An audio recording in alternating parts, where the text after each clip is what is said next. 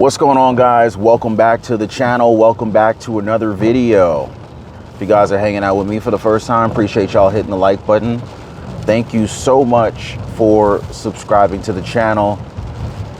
And well, it's a rainy day. It is a rainy day and I really didn't want to go outside, but there's no way I'm going to take a day off from training, from working out. That's just what I do.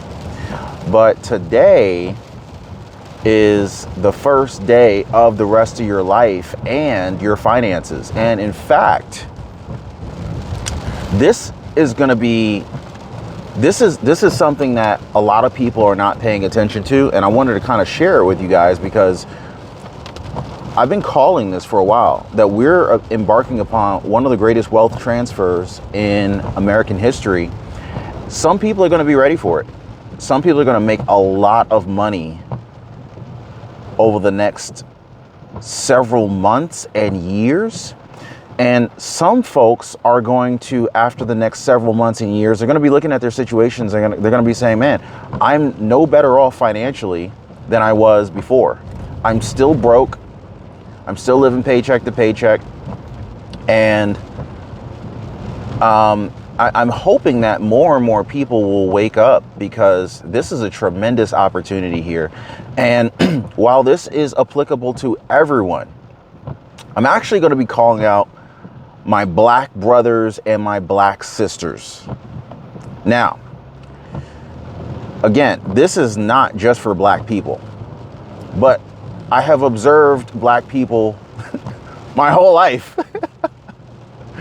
And there are some things that black people tend to spend their money on that really needs to stop. And it's like, number one, designer handbags. All right. Now, I know a lot of folks who love designer handbags. Hermes, Louis Vuitton, Prada handbags. I don't know of that many expensive handbag names, but I'm talking about handbags that are over $500. And the problem is, a lot of folks have their identities tied to these handbags. A lot of folks have their identities tied to these name brand luxury items that they cannot afford. And what they're doing is they're buying these luxury handbags, which I have nothing against them, you know. If that's what you like, if that's where you see value, and you want to buy a $2,000 handbag, go right ahead and do it if you have the money to do it. The problem, though, is that a lot of black people, and again, this applies to really all races, but I see this overwhelmingly among black people, that some folks worship these brands to the extent that they feel like their personal self-worth is tied to these brands. And I'm speaking a little bit louder just because I'm on the highway and, you know, the rain's hitting the glass, so I'm hoping you guys can hear over the noise. But the problem is, a lot of people, it's like their personal self-worth, or their perspective that they have of themselves isn't high enough, so they buy these luxury branded items to make them feel better about themselves. The problem is, and some people will you know, maybe buy a high-end suit to go on an interview to land a job because they feel like the suit will boost their confidence, and it actually works in a lot of cases. The problem I have, though, is a lot of times folks buy these luxury brand goods just to produce this image of success that they haven't actually achieved. And they end up using credit cards to do it. Credit card interest rates can be anywhere from 20 to 25, 30, 40%. And when you're paying interest on these discretionary items, this is destroying your personal net worth. This is destroying your ability to build wealth. And I see this very often in the black community. Another thing that I frequently see is black folks going out here and buying these luxury cars. Now, I'm a car guy. Anybody who knows me knows that I am a car guy. They're going out here buying BMW X6M vehicles. They're buying Mercedes-Benz E53s. They're buying GLE 63s, AMG, Maserati cars. They're buying Audi Electrons. They're buying RS7s. They're buying everything with luxury brands on it. Now, I understand most people live in parts of town where you need a car. Most people do. Now, if you live in a metro area, maybe you don't need a car, but still, most people would still benefit from the convenience of having a car. If you go to, to grocery stores, you don't want to have to carry 30 bags onto a train or a bus. So I get it. The problem, though, is that a lot of folks, and again, I see a lot of times with my people, black folks out here trying to do a little bit too much flexing too soon. Now, I appreciate a nice car as much as the next person. However, I would strongly look at this opportunity here that's presented in front of us right now, because the Trump administration is about to make some major changes, including putting a cap on credit card interest rates, which I'm about to touch on in a minute. But if you need a car, get a car. We don't need necessarily a $100,000 car when a $10,000 or $15,000 car will do the job. Now, you may not necessarily get where you're going in style, but you will get where you're going reliably. And unfortunately, folks make a decision in their emotional weakness, or maybe if it's just their lack of financial decision-making skills, not realizing the long-term impact that they're going to make on themselves by choosing to buy what they buy. For example, if you buy a $15,000 car, you could probably pay that car off in a year. If you make a $1,000 car payment every single day or every single month, you'll pay the car off in like 15 months, which you can do. You don't have to let the car payment stretch out to 72 months and you're being a slave to debt for 7 years, 6 years or whatever. Now, if you were to buy a $15,000 car versus a $100,000 car, they're really going to basically do the exact same thing. One's going to probably make you feel a little bit better, like rolling up to a place and you get the heads turning. People recognize you're getting out of this six-figure, $100,000 car, getting out the Range Rover or whatever, the Range Rover SVR. But how does that affect your net worth? That's not helping you at all. But what a lot of people don't realize is that a lot of times you buy these luxury vehicles, they come with luxury maintenance costs. And these maintenance costs end up being the silent killer. Because with a $15,000 car, you get $15,000 car expenses. They're a lot less. And generally speaking, you can self-insure without needing to feel obligated to buy a warranty because you're afraid of your $50,000 engine going out or a transmission going out that might cost you $20,000. And so what happens a lot of times is people might say to themselves, oh, I can afford the car payment on this Mercedes-Benz or whatever, Audi.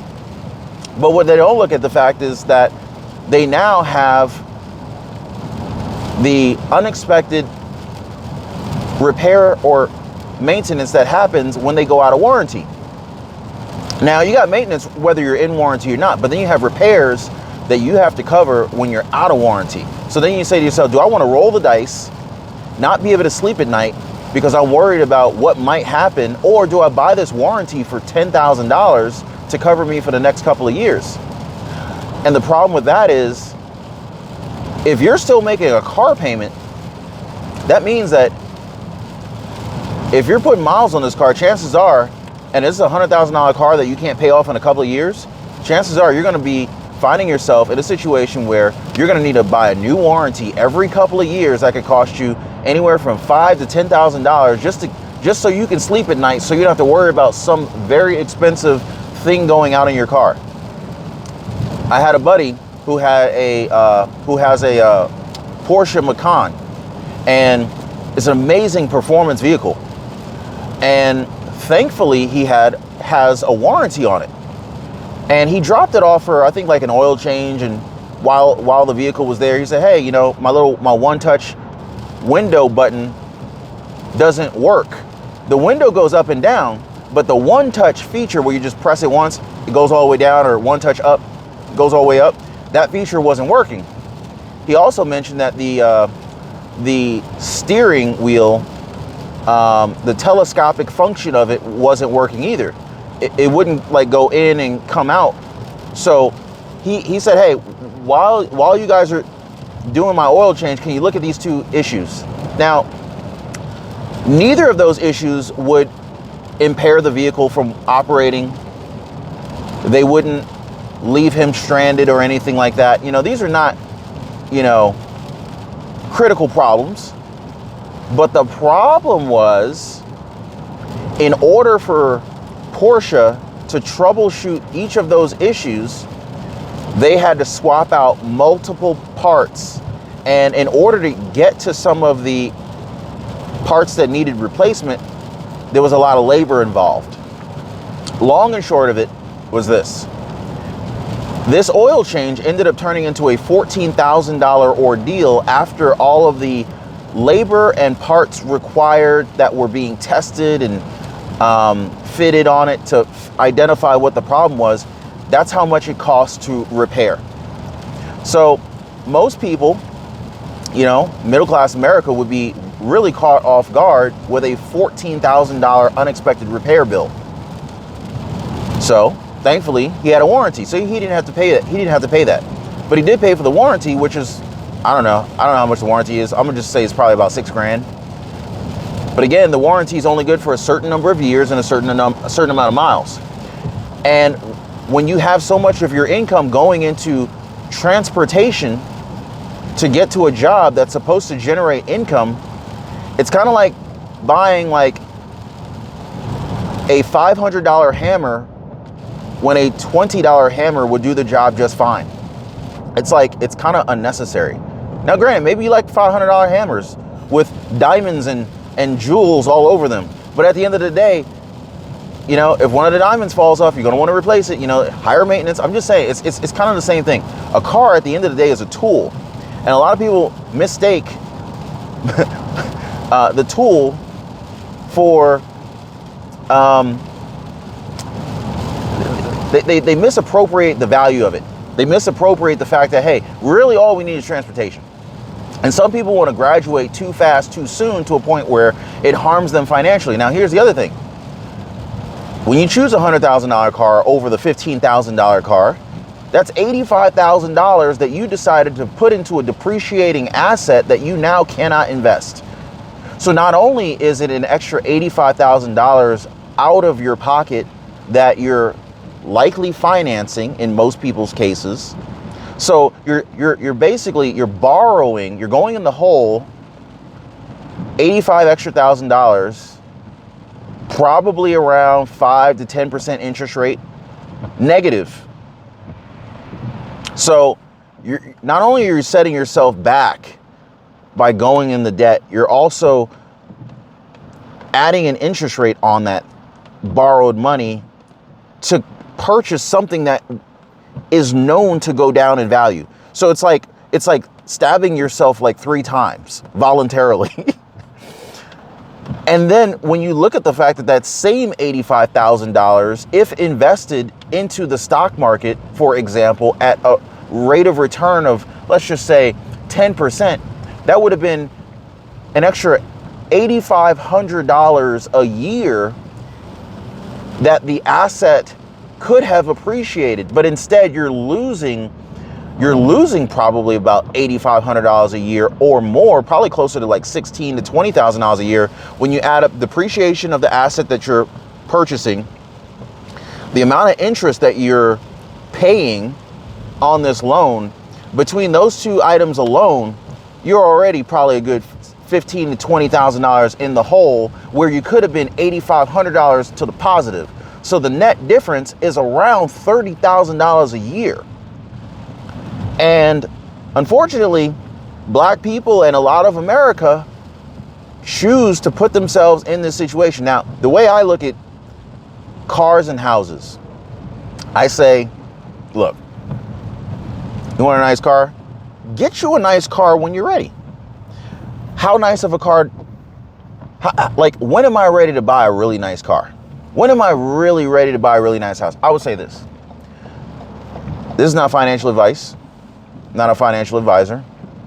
But I would say, when you want a car that's more than just basic transportation, I would say you need to have the money in your bank account where you could cut the check today and buy it. Now, I'm not saying you actually buy it. Maybe, I'm not going to go full Dave Ramsey on you. Babe, I don't know if that's the one that we almost... Yeah.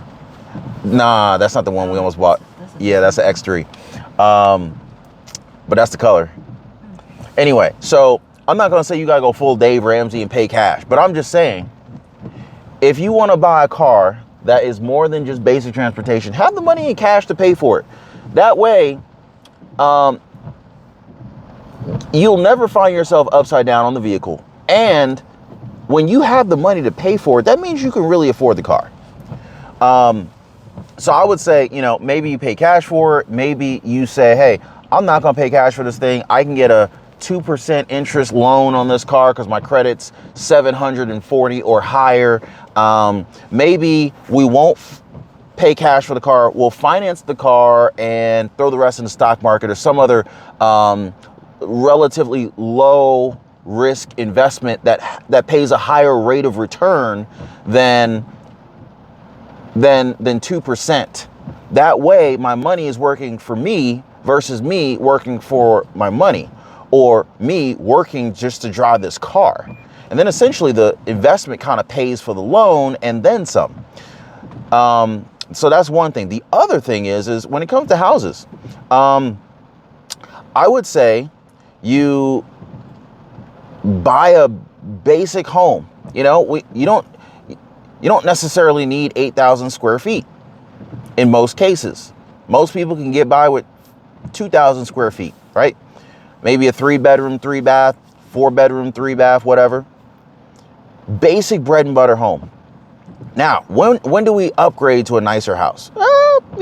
When you have the money to pay for it. Me personally, I would say I wouldn't buy my dream house until I had the money, the cash to pay for it. Just like I would look at it from a car perspective. When I have the cash to pay for it, that way I don't have to worry about my dream turning into a nightmare. So do I pay cash for the house? Probably not. Generally speaking, there are better places to put that money than just to sink it into a house. So I would probably float that too, the same way I would float it on a car. So I got the money to pay cash for the dream house. But if I can get an interest rate of, let's just say, maybe 5% on the house, I'll probably invest the rest in the market. So put a down payment on the home, maybe, I don't know, somewhere between 20 to 50%. The remainder, I would invest it in low risk, long-term investments. That's just me personally. That way you avoid PMI, which is basically, it's kind of a tax on people who don't put enough down and the bank wants to protect themselves. So you end up paying this PMI fee every month until you have 20% equity on the property, which really sucks because it's very expensive. Some people choose to do it. I will not do it. It's just a waste of money. I'm just saying. But yeah, if it's a dream house, I want to have the money set aside. Whether I choose to pay cash for the house or not, at least I have the option. And that way I don't have to worry about ever really being in a situation where I end up losing the house or the house is making me house poor because I don't have enough extra cash to invest after buying the house. So I think I'm gonna leave it there. So these are just some of my thoughts, guys. Trump's tax cuts are about to go into effect. So if you have your taxes lowered, which is one of the most expensive things that we have to pay for, and Trump puts a cap on credit card interest, then that means Trump's financial plan is creating an environment to make it easier to build wealth in 2025 than any other year. So if you're not hell-bent on getting out of debt, if you're not hell-bent on getting your first $10,000 or stacking your first $100,000, then I don't know what you're doing, because it's never been easier. And if you've looked at the stock market like I've been watching it, and other investment classes, stock market, believe it or not, is not the only investment class available. It really isn't. It's probably one of the most popular, but it's not the only one. Folks are out here making a lot of money, and you should be a part of it. There's no reason why, just because you don't come from money, you don't come from a family that comes from money, that a family with money can't come from you. So this is your opportunity to change your family tree. Even if no one else in your family was wealthy or had money, you can be the first one. If you guys appreciate the content, definitely hit the like button, subscribe to the channel. I'm gonna leave some helpful links for you guys in the description down below. I'll also leave a link for the newsletter if you want to join that. I'll, in the newsletter, provide you guys with helpful tips and strategies to get yourself into a better place. So anyway, I'll leave it there. Hit the like button, subscribe. We'll see you next time.